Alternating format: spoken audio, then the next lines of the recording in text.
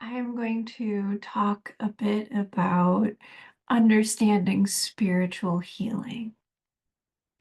So, to start, I'm going to differentiate between energetic and spiritual healing. You can look at my video on understanding energy work for more in-depth content on it, but basically, energy work considers the mechanics of energy. Basically, if energy is in a healthy state, which means that it is flowing well through the body, flowing well in and out of the body, things like that. Or if it's in a state where it is not flowing well. So it is either stuck, partially blocked, um, or it may actually be absent from that area of the body. So no energy moving through overall because there is an absence of energy rather than a stuckness in that area. So with spiritual healing, the basic consideration that I always have as a spiritual healer doing spiritual work now for a couple of decades, for 2 decades, a bit actually over 2 decades now, is a question of connection. That is ultimately what I am looking at. Is the person connected to themselves? Are they connected to other people? Are they connected to the earth? Are they connected to the sky, to the divine? Are they connected to all that is? If there is disconnection on any of those levels, that means that some form of spiritual sickness is occurring. And so it is my job as a spiritual healer to do work to look at what may be at the root of that disconnection and to help the person as much as they are ready to reconnect. So I will say a few things about that. We all have reasons for disconnection. A lot of them can be personal. For example, we've experienced some sort of trauma or heartbreak, and so we've disconnected from our heart. And so there may only be a willingness to reconnect partially, there may be a willingness to connect fully. As a spiritual healer, I do not force people to do anything. I do not force energy to do anything because I don't force my spirits to do anything. I'll talk about that in a moment because quite frankly, it doesn't work. I know that other spiritual healers have other thoughts. They may do work that is against the will of a person, or that is more forceful, or more about their good intentions, or what they think is right, what they think the outcome should be for a person, or maybe even contacted by other people to do work for somebody that is not present. I will share that I do not do that.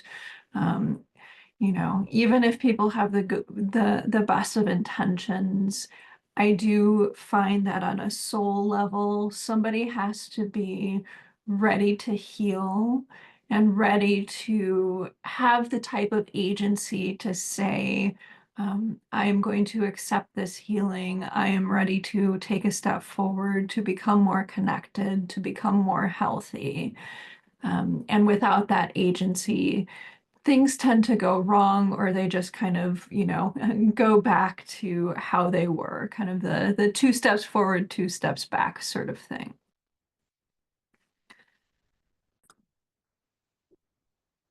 And so with a lot of my work, I look at myself as facilitating or providing the opportunity for healing, and it is up to the person to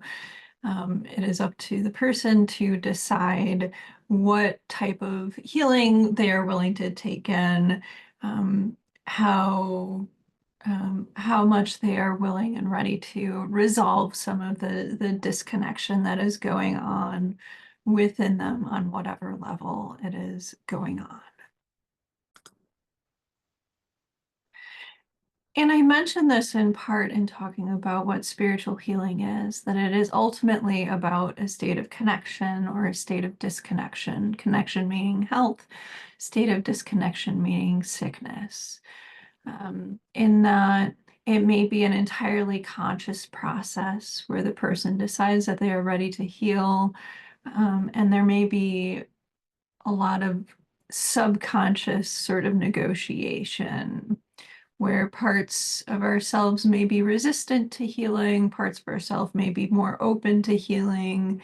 And by being willing to sit with and listen to not only what the client or person in front of me is saying that they are ready for or want, but also to, I know this sounds cheesy, but to listen to the energetic aspects of their being, their soul, if there is resistance or if there is openness there. Um, Being able to see, to listen, to sit with things in a compassionate, non-forceful way is immensely healing. Even if somebody comes to me and they say, essentially, I am incredibly stuck in this way, and we explore that stuckness, and that stuckness remains, completely remains as is.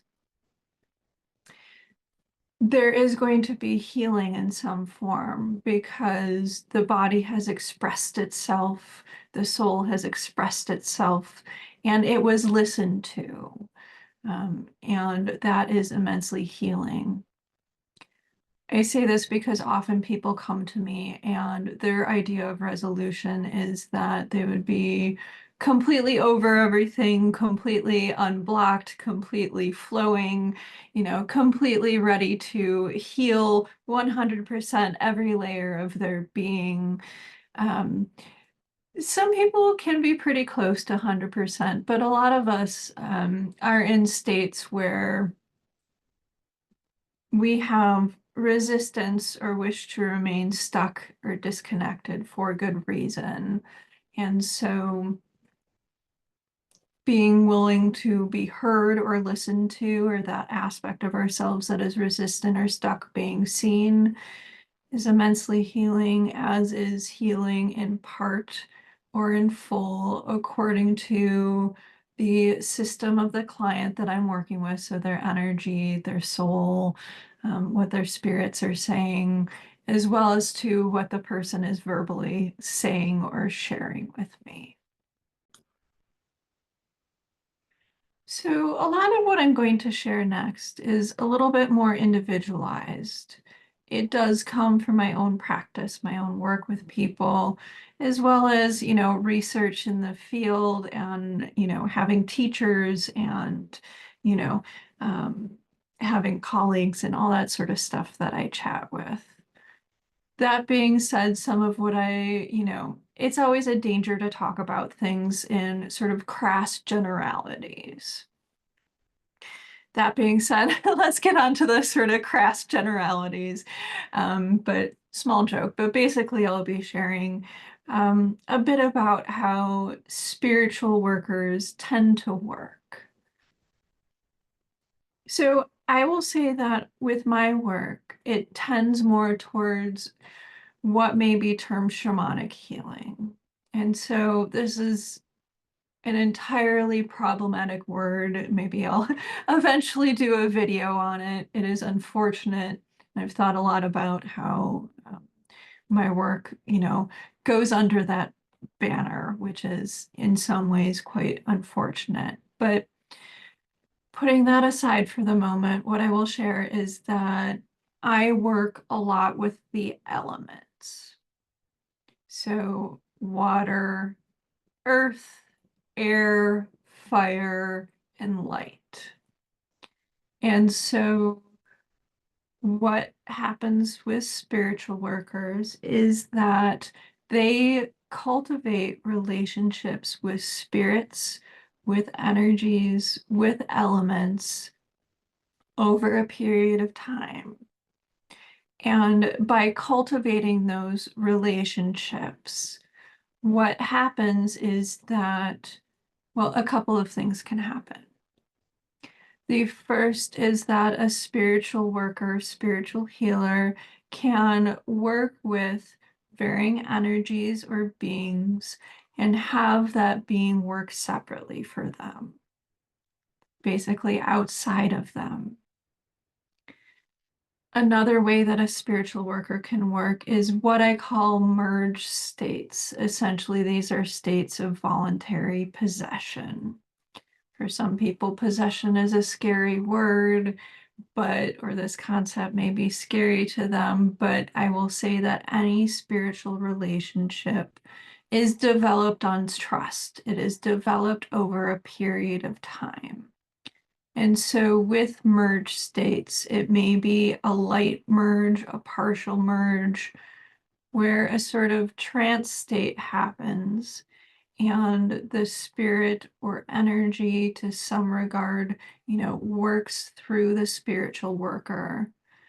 And in other cases, it may be full or complete merging, in which case the consciousness of the spiritual worker is very much in the background. And what is primary is the spirit being energy that utilizes the body, the energy field of the spiritual worker to work on the client. I will say that since I work by phone, via distance or via Skype, Zoom, whatever, do distance appointments, that most of the time I do partially merge states. So there's a lot I could talk about here, but I will say that spiritual healing and spiritual healers connect to a variety of energies and develop relationships over time that build trust, that build stronger relationships. Just like you may meet somebody who is, a friend or a teacher who is a living human being, somebody who is doing spiritual healing is going to meet, interact, become friends with, have a teacher-student relationship with a spirit or being. There is a lot of misinformation and confusion about this. And that is because there has been this sort of delusion that, some great spiritual being is going to come to you and, offer you the keys to the universe, and be your best friend right away. And that isn't how things work. Thinking about the spirit realms and the denizens there as a mirror to our world can be incredibly helpful. In that you might meet somebody and you might be on the same wavelength and get to a certain depth right away. But for a lot of relationships, there is trust building, there's getting to know one another over time. And with spiritual workers in particular, there is a coming together, a sort of meeting of minds, so to speak. Being that when you get to know a spirit or energy and start working with them, they may not be wonderful at everything. They may offer a specific type of healing, want to be called forward in a specific time, specific reason, and they may require specific payment offerings, gratitude, that sort of stuff to be willing to work. And some people balk at this, but I find that offerings are necessary in a lot of spiritual relationships. Just because, just like you want to get paid for the work that you do at your job, so do, spirits want to get something out of it as well. That doesn't mean that they're bad or anything like that. It's just, there can be, when you recognize that the spirit realms are a real place and that spirits and beings have their own consciousness, their own energy, you start to recognize that any interaction with the spirit realms is a two-way street.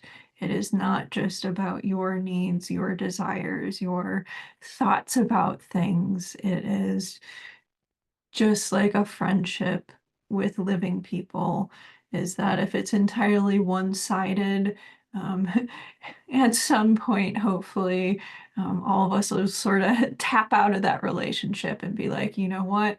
This person is sucking up all the energy in the relationship. I'm out. Um,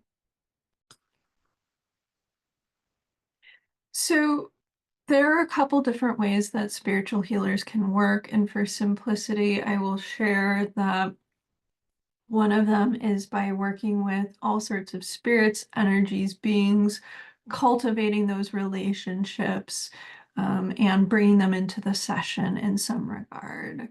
And so this may be a very specific spirit, such as an ancestor, or it may be something like I bring in water element or light element, or, sometimes moonlight, or, other things that are less tangible into sessions. In my shamanic workbooks, I suggest that when people are ready and willing to open themselves up spiritually, develop spiritual relationships, that they start by working with their ancestors first. And there is very good reason for this, is that your ancestors, or at least some of your ancestors, have a vested interest in you. They have a vested interest in your lineage. And so people who tend to be really called to doing spiritual work, it is not unusual for them to have one of two things happen. The first is to have within their lineage somebody who is also a spiritual healer, herbalist, something like that to some degree. And that ancestor can come forward, can come through, and will be interested in continuing the family line, bringing that energy, that wisdom to you, to the new generation.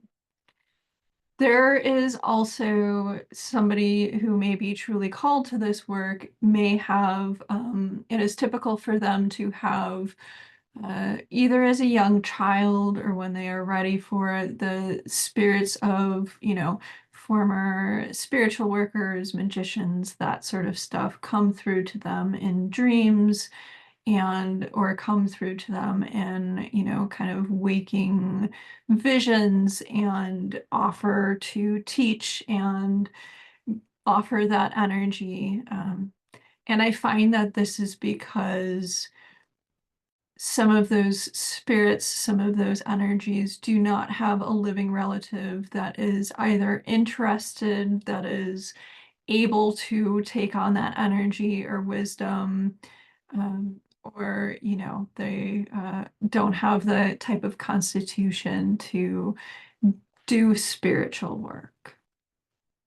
Contrary to what people think, and for all the difficulties of becoming a spiritual worker, there are a lot of tests, a lot of initiations for people who are called to doing this work, is that being a spiritual worker requires a great deal of stability, a great deal of sanity, a great deal of emotional regulation, because most of what you will be doing all day is working with people who are dysregulated, people who are traumatized, people who have large emotions within themselves that they don't know how to work with energetically, emotionally, spiritually. And so if you are too into your own stuff, basically, if you are drowning in your own stuff, you aren't going to be able to help other people.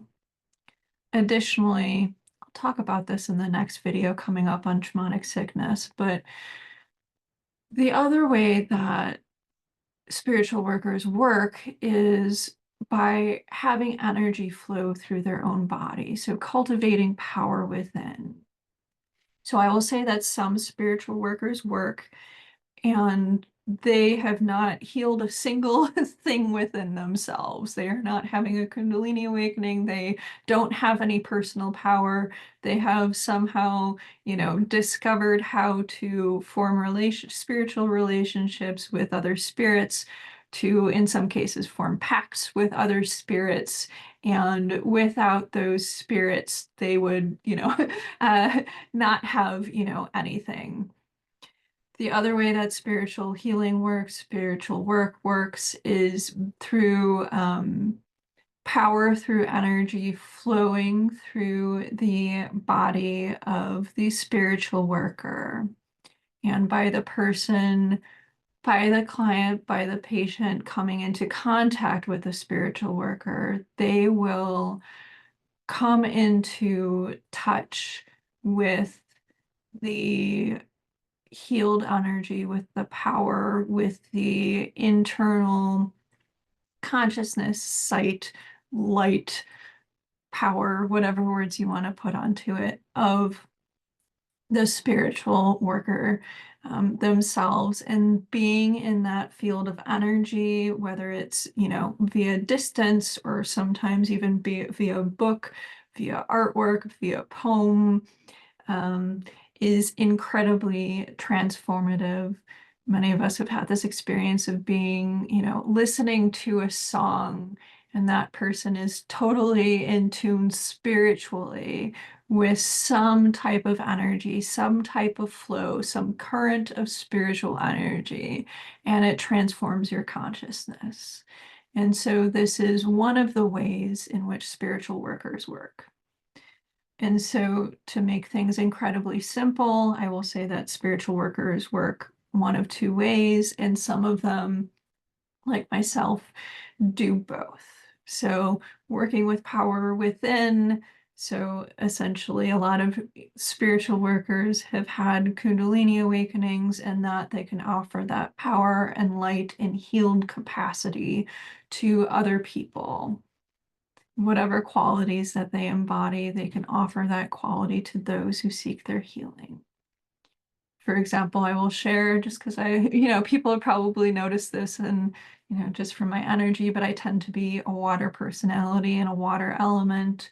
And so my energy can get quite still and quiet, and sometimes kind of misty. And so generally the people that are seeking out my work, seeking out my care, are looking for that aspect of water element, water energy to balance themselves out, or they're seeking, that dark feminine quality that comes from the water element.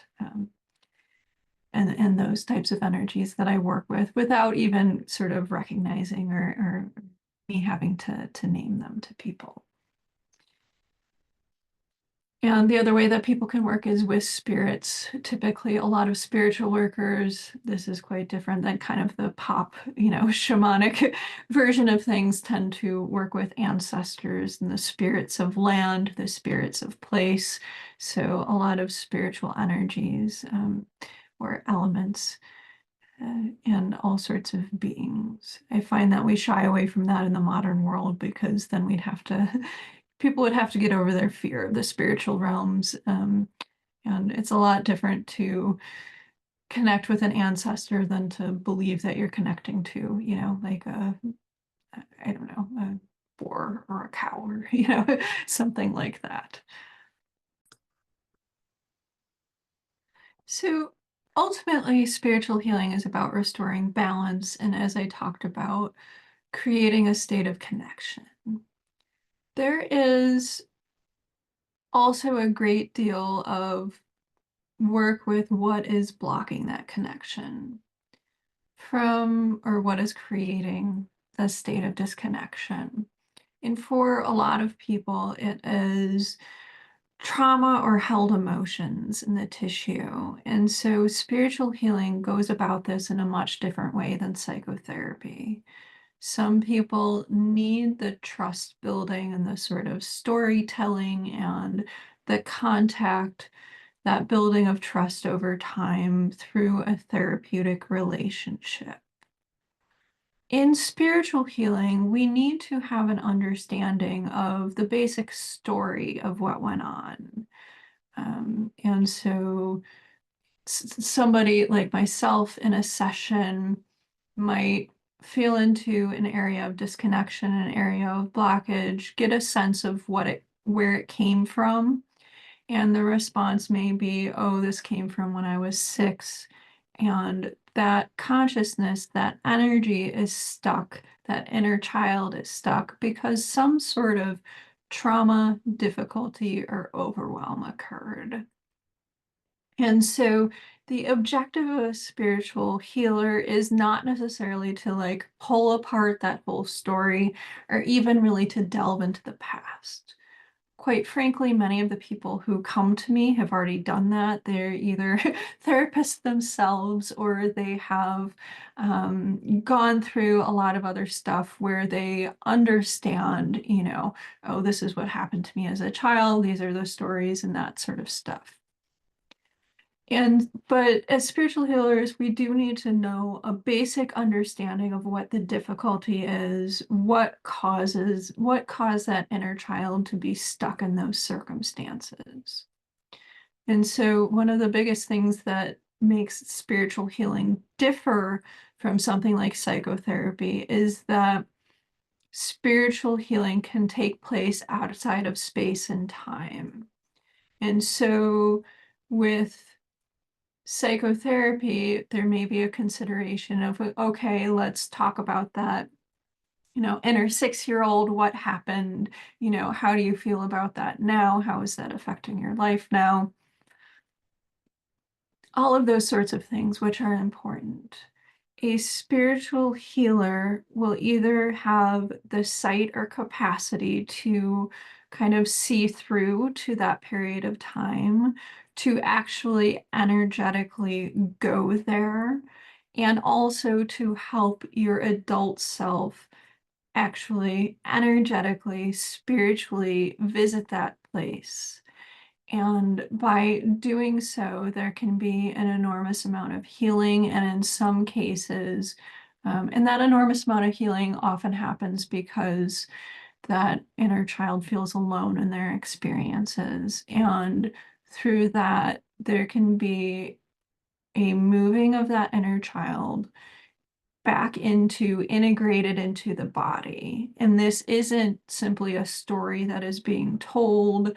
I'm in no way disparaging stories. We need stories. They are kind of one of the basic building blocks of our being, of who we are.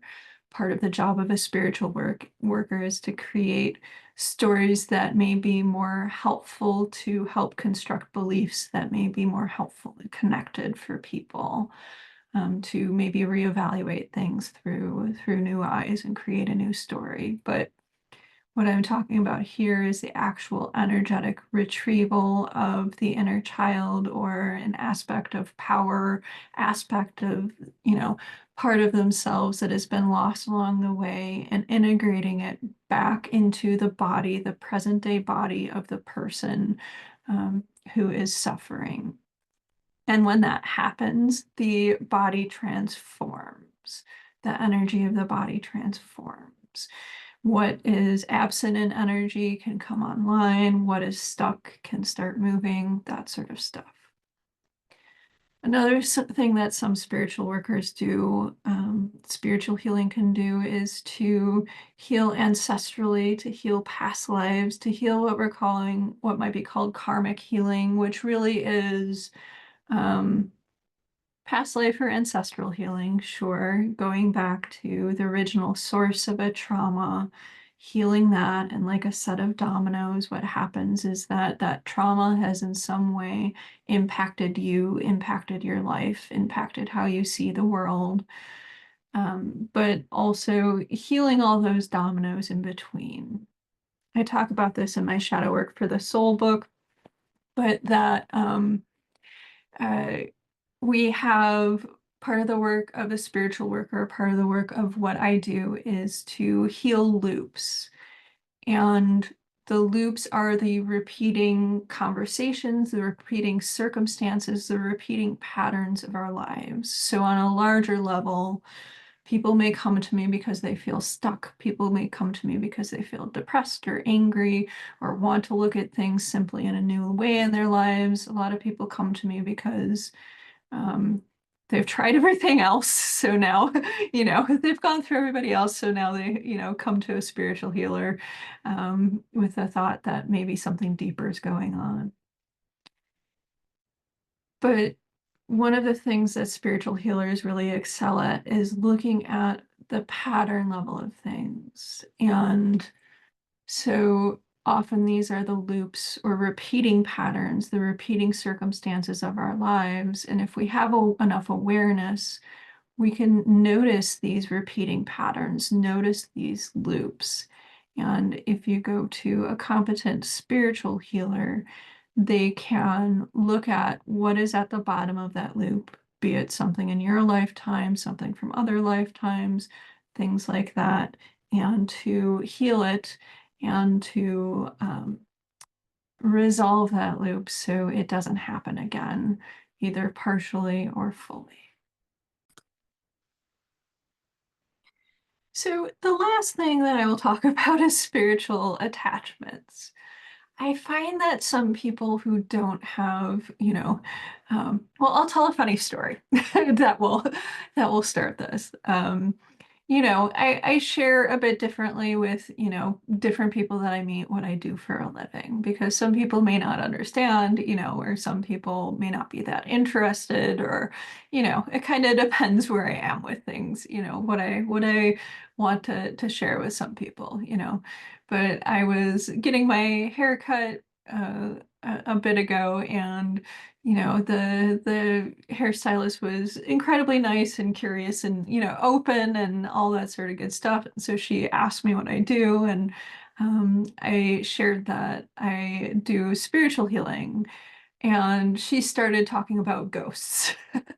And so I would say that this is like the typical response from people, is that due to the overriding myths and religious nature of our culture, due to pop culture, movies, and all of that, we tend to think that spiritual healing is about spirits. In some regards, it is. I talked about building relationships with spirits and all that sort of stuff. But a lot of people don't recognize how much they've been influenced by pop culture, movies with dead-eyed nuns and, people barfing out pea soup and all of that. I love a good movie about, a haunted house and, as much as the next person, well, more than the next person, but, all of these ghost hunting shows, all of that.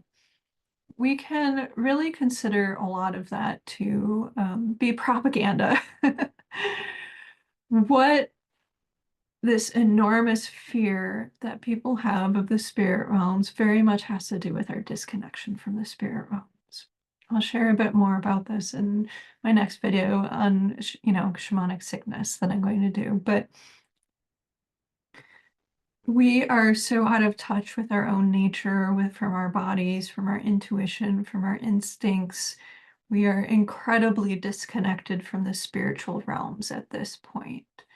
And so, all of those ghost hunter shows that are out there where people, scream if something beeps, all of the movies that show the other as being this source of, horror and terror and, evil, and all of the myths that sort of override our culture. So the religious teachings and experiences we have, even if we didn't go to church growing up, all teach us that spirits are evil and that spirits are after us. And I will say that two things. The first is that teaching this keeps people in a state of disconnection, a disconnection from their own bodies, from their own nature, separation from the natural world, separation from the spiritual realms, and ultimately separation from their own sense of power, their own sense of discernment, their own ability to connect directly to the spirit realms, to the divine. Because if people start doing that, then people will start thinking for themselves. They'll stop thinking what news and celebrities and social media people, these days want them to think what politicians want them to think. They will stop needing intermediaries for the divine. They will be able to sit within themselves and directly receive, directly discern what is going on with around them, to have critical thinking, all of this sort of stuff. And a lot of the individuals, people, social structures that are in power do not want people to be empowered in this way. They want people to need intermediaries. They want for people to be told what to think and believe, and to be in a state of fear and a state of outrage. So I'm saying all of this because spiritual workers do work with things like attachments. There are thoughts that can come into our sphere, emotions that can come into our sphere, the spirits of former humans that can come into our sphere and um, kind of either merge with us or, attach to us in some capacity. I will say, though, that this fear of the other, this disconnect from the other, causes for people to utilize the spiritual realms in a very bypassing way. So, a spiritual bypass way. Who better than the other to displace our own feelings of disconnection, our own feelings of, you know, uh, unhealed material onto the other, onto the spirit realms. And so that's really what spiritual bypass is that it is utilizing spirituality to look away from our lives, look away from spirit. And really, if we are engaging with spiritual healing, with spiritual work in a thoughtful way, should lead us more into ourselves, more into our bodies, allow us to be more present into our lives, no matter who or what we are in contact with. If that is not happening, it is likely that there is a state of spiritual bypass occurring. Uh, and that is utilizing spirituality to distract, to displace emotions, feelings, inner experience, inner wounding onto, to distract from life, to come out of the body rather than more into it, more healed, and become more healed. That all being said, is that we do have a culture now where I will share that I do not take people who believe that they have attachments as clients, and I will share why.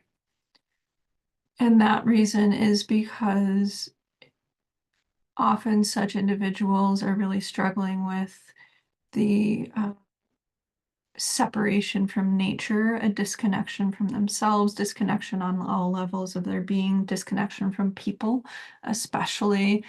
And there are plenty of people out there who will sort of play the kind of play that people are looking for, where, they watch a horror movie and that means they have an attachment and something evil attached to them. I see stuff like this all the time. There are people that are willing to play that out. And what happens if the root isn't looked at, that disconnection isn't looked at, is that the next month something else that is evil is going to be after them. Another spirit, an evil magician, something else spiritual is going to be attached to them.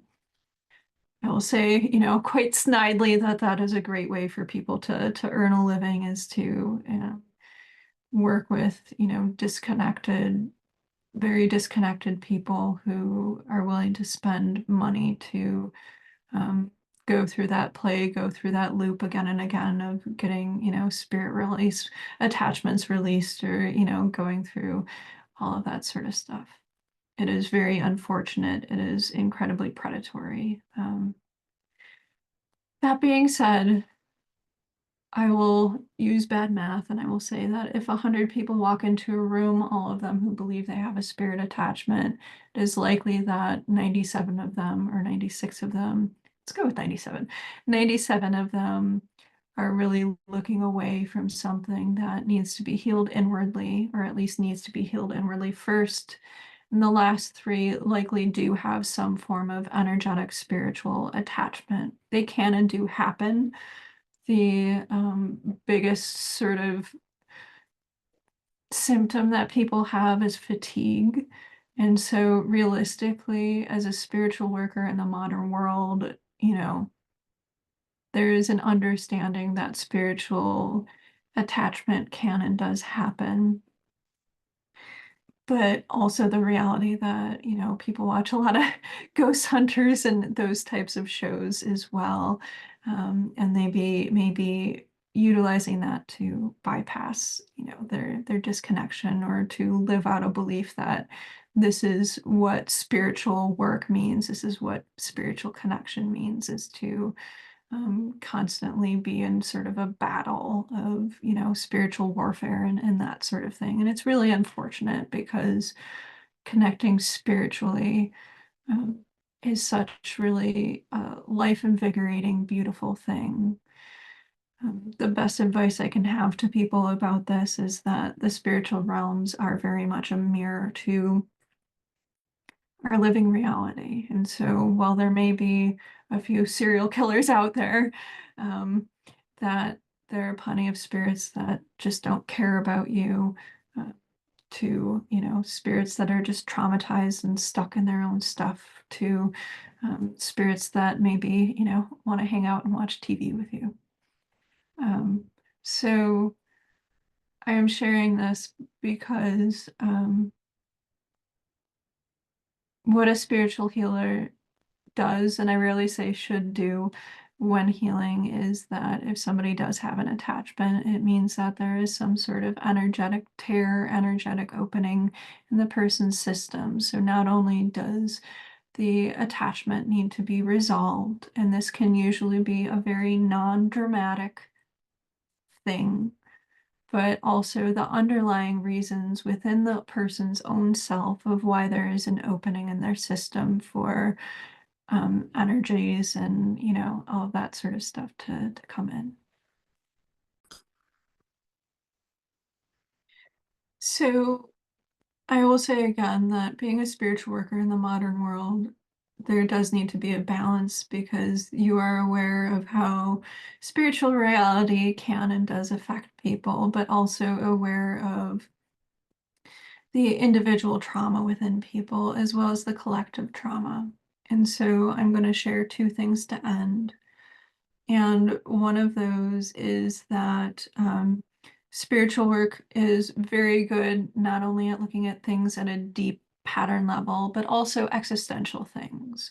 So, working through the fear of death, working through issues of meaning and purpose, working to connect to creativity, to sexuality, to aliveness, to joy, to the body, to the soul. Those are all things that spiritual workers excel at. And while there are fields in psychology that kind of broach that as well, transpersonal, existential, that sort of stuff, spiritual work will differ, because, again, this very much varies based on the spiritual worker, but I work from a spirit led understanding of things, meaning that we live in a world of all sorts of energetic connections, all sorts of energies, all sorts of spirits, the divine, the earth, nature, and we can be connected or disconnected to all of them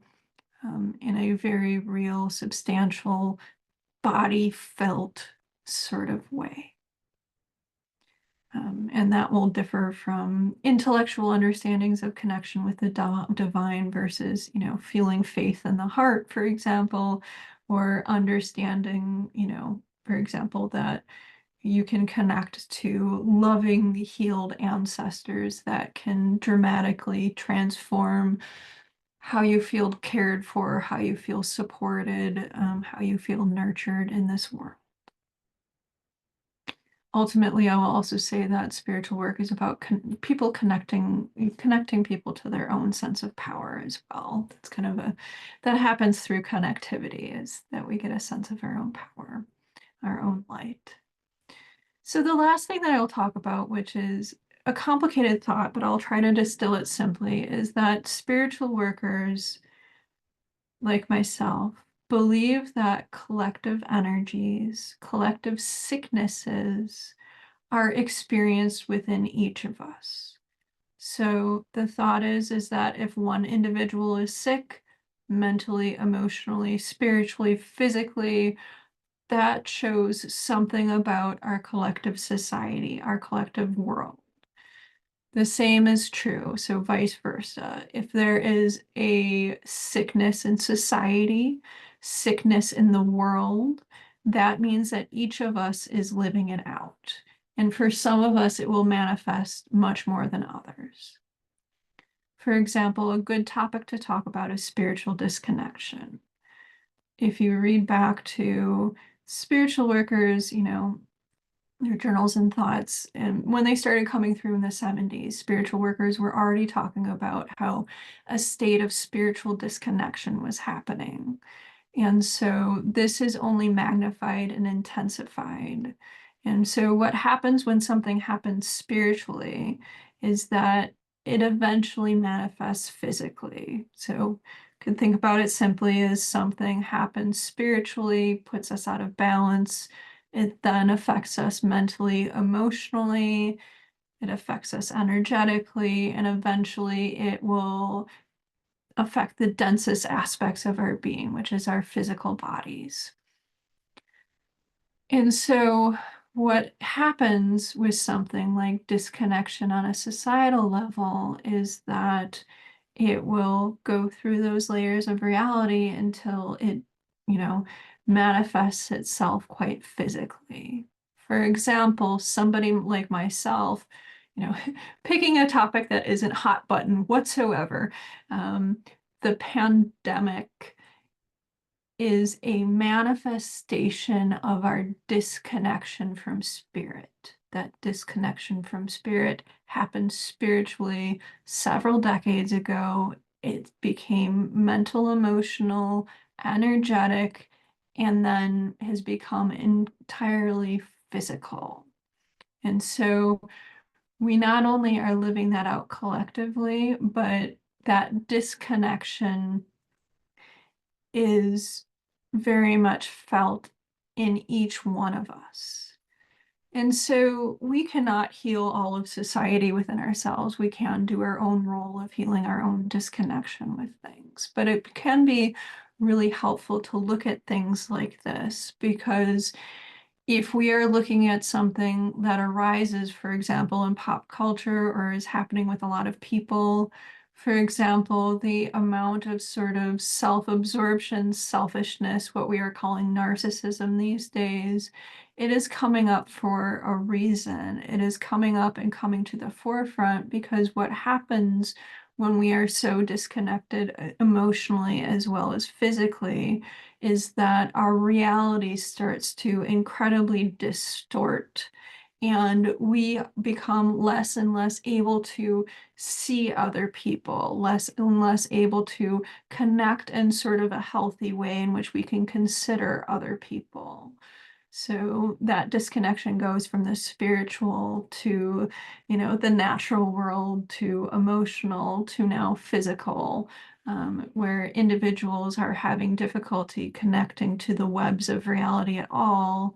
Or if they are connecting, it is in a really unhealed way in these sort of clusters that people find themselves in with other people who are wounded or disconnected similarly to them.